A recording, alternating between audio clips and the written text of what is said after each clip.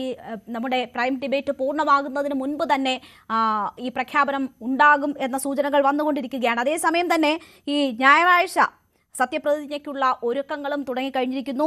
Central സ്റ്റേഡിയത്തിൽ കൂറ്റൻ പന്തലൊരുങ്ങും എന്ന വിവരങ്ങൾ വരുന്നു. വൻ പ്രവർത്തക പങ്കാളിത്തം പ്രതീക്ഷിച്ചുകൊണ്ട് തന്നെയുള്ള ഒരുക്കങ്ങൾ നടക്കുന്നു എന്നതാണ്. അപ്പോൾ ഞായറാഴ്ച സത്യപ്രതിജ്ഞയ്ക്കുള്ള ഒരുക്കങ്ങൾ തുടങ്ങുന്നു എന്ന വിവരം കൂടി വരികയാണ്. എന്തായാലും ഇന്ന് തന്നെ ഉണ്ടാകും എന്ന പ്രതീക്ഷയിൽ തന്നെയാണ്. അതിനപ്പുറത്തേക്ക് സമവായത്തിന്റെ പേരിലാണെങ്കിൽ പോലും നീണ്ടുപോകരുത് എന്ന ഒരു കാര്യമാണ് ശ്രീ ടി കെ രാജഗോപാൽ ഇവിടെ സൂചിപ്പിച്ചത്. ശ്രീ MS വേണുഗോപാൽ, താങ്കൾക്ക് എന്താണ് തോന്നുന്നത്?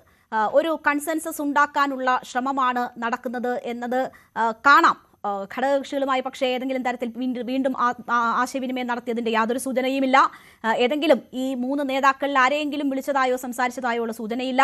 അവർക്ക് ഏതെങ്കിലും തരത്തിൽ അവരെ അക്കമഡേറ്റ് ചെയ്യാൻ അവരെ കൂടി ഉൾപ്പെടുത്തിക്കൊണ്ടുള്ള ഒരു സമവായത്തിലേക്ക് കാര്യങ്ങൾ പോകുന്നു എന്നതിൻ്റെ ഒന്നും ഒരു വ്യക്തമായ സൂചനയില്ല. അപ്പോൾ കൺസെൻസസിനെടുക്കുന്ന ഈ സമയം എന്ന് പറയുന്നത് ആശ്വാസകരമാണോ? ഇനിയും ഇത് നീണ്ടുപോവുകയാണ് എങ്കിൽ ഒരു പ്രഖ്യാപനമുണ്ടായാൽ അതിൽ പ്രതികരണങ്ങൾ വന്ന് അത് തീരും, സത്യപ്രതിജ്ഞ തുടങ്ങിയ ചടങ്ങുകളിലേക്ക് പോകും. ഇനിയും ഒരു സമവായത്തിന് വേണ്ടി ഈ സമയം നീട്ടിക്കൊണ്ടുപോവുക എന്നത് കൂടുതൽ പ്രതിസന്ധി ഉണ്ടാക്കാനാണോ സാധ്യത? തീർച്ചയായിട്ടും ഇനിയും ഒരു മറുപടി ഉണ്ടായില്ലെങ്കിൽ, ആരാണെന്നുള്ളത് മുഖ്യമന്ത്രി എന്നുള്ളതിനൊരു വ്യക്തത ഉണ്ടായില്ലെങ്കിൽ ഇത് തെരുവ് യുദ്ധത്തിലേക്ക് വരെ പോകാനുള്ള സാധ്യത കൂടുതലാണ്. ഹൈക്കമാൻഡ് പറഞ്ഞു ആരും തെരുവിലിറങ്ങരുതെന്ന്. പക്ഷേ ഇപ്പോൾ തെരുവിലിറങ്ങി വീണ്ടും വന്നിരിക്കുന്നു. ഇത് നല്ലത് അല്ല കോൺഗ്രസിനെ സംബന്ധിച്ചോളം. കാരണം 3ആയി കോൺഗ്രസിൻ്റെ വിഭാഗങ്ങൾ ഉദയം ചെയ്യാനായിട്ടിത് കാരണമാകും. അല്ലെങ്കിൽ തന്നെ ഒരു പുതിയ ഗ്രൂപ്പ് ഇപ്പം തന്നെ രൂപപ്പെട്ടിരിക്കുകയാണ്. കോൺഗ്രസിനകത്ത് കോൺഗ്രസിലെ ഭാരവാഹികളും നിയമസഭയിലേക്ക് തിരഞ്ഞെടുക്കപ്പെട്ടവരും ഒരു വിഭാഗമായി നിൽക്കുന്നു, ഭൂരിപക്ഷവും ഒരു വിഭാഗമായി നിൽക്കുന്നു, ന്യൂനപക്ഷം വേറൊരു വിഭാഗമായി നിൽക്കുന്നു. അതുപോലെ തന്നെ ഘടകകക്ഷികളെല്ലാം കൂടെ ചേർന്ന് ഒരു വിഭാഗമായി നിൽക്കുന്നു. പൊതുജനങ്ങൾ എന്ന് പറഞ്ഞുകൊണ്ട് ഒരു കുക്ക്ഡപ്പ് ഗ്രൂപ്പ് റോഡിൽ ഇറങ്ങിയിട്ടുണ്ട്.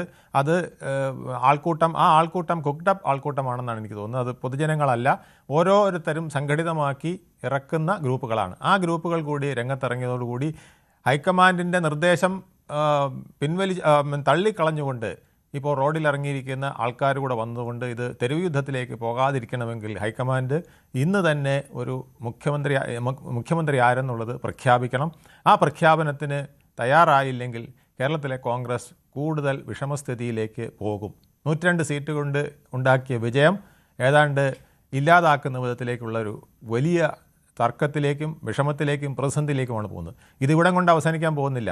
ഇനി അടുത്തത് മുഖ്യമന്ത്രി ആരെന്ന് വരണമെങ്കിൽ തന്നെ ഇപ്പോൾ വലിയ പാടായിരിക്കുന്നു. ഇതിന് കാരണം ഈ ഇലക്ഷന് മുമ്പായിട്ടൊരു മുഖ്യമന്ത്രിയെ പ്രഖ്യാപിച്ചിരുന്നില്ല. അപ്പം ഇലക്ഷന് മുമ്പായിട്ടൊരു മുഖ്യമന്ത്രിയെ പ്രഖ്യാപിക്കുമ്പോൾ ജനങ്ങളുടെ മുഖ്യമന്ത്രിയാണിതെന്ന് എങ്ങനെ പറയാൻ പറ്റും? ഇലക്ഷന് മുമ്പ് ഒരു മുഖ്യമന്ത്രിയെ പ്രഖ്യാപിച്ചില്ല. ഇലക്ഷന് ശേഷം നിയമസഭ സാമാജികരെ വിളിച്ചുകൂട്ടി അവരുടെ അഭിപ്രായം കേട്ട് അത് ഹൈക്കമാൻഡ് തീരുമാനിക്കുമെന്നാണ് നമ്മളോടെല്ലാം പറഞ്ഞിരുന്നത്.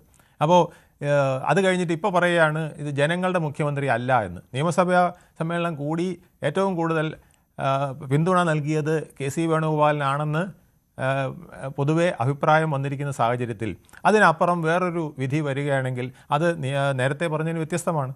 ഇപ്പോൾ പറയുന്നത് ജനങ്ങളുടെ മുഖ്യമന്ത്രി വേണമെന്നാണ്. ജനങ്ങളുടെ മുഖ്യമന്ത്രി എന്ന് പറയണമെങ്കിൽ ജനങ്ങൾ വോട്ട് ചെയ്യുന്നതിന് മുമ്പ് ഇന്ന ആളാണെന്ന് പറയണം. അല്ലാത്തടത്തോളം അത് ജനങ്ങളുടെ മുഖ്യമന്ത്രി ആകുന്നത് എങ്ങനെയാണ്? തെരുവിലെ ഒരു ഗ്രൂപ്പ് ചേർന്നുള്ള ആൾക്കൂട്ടത്തിൻ്റെ മുഖ്യമന്ത്രിയായിട്ടേ അത് വരികയുള്ളൂ. എന്തായാലും ഒരു സമവാക്യം ഉണ്ടാക്കാൻ ശ്രമിച്ചത് പൊളിഞ്ഞു എന്ന് നമുക്ക് മനസ്സിലായി. ഇതിന് പ്രധാന കാരണം ഹൈക്കമാൻഡിൻ്റെ മനസ്സിൽ ഒരു മുഖ്യമന്ത്രി ഉണ്ടായിരുന്നു.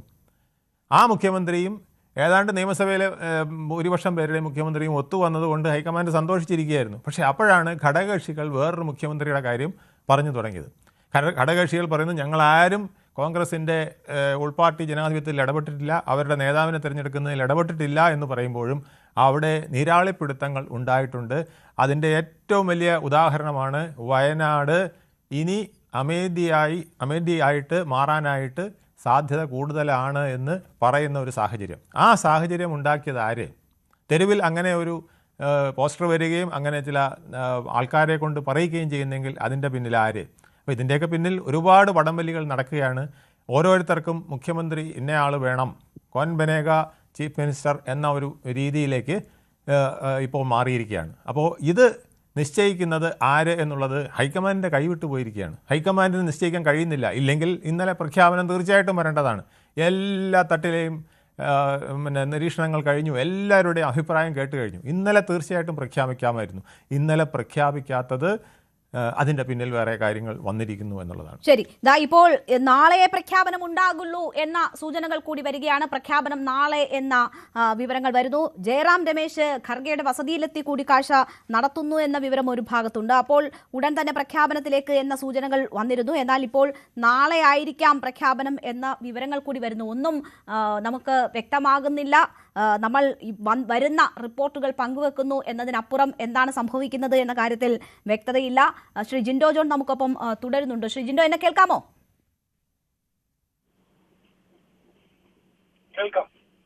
ജിൻഡോ, നോക്കൂ, ഇവിടെ ഇപ്പോൾ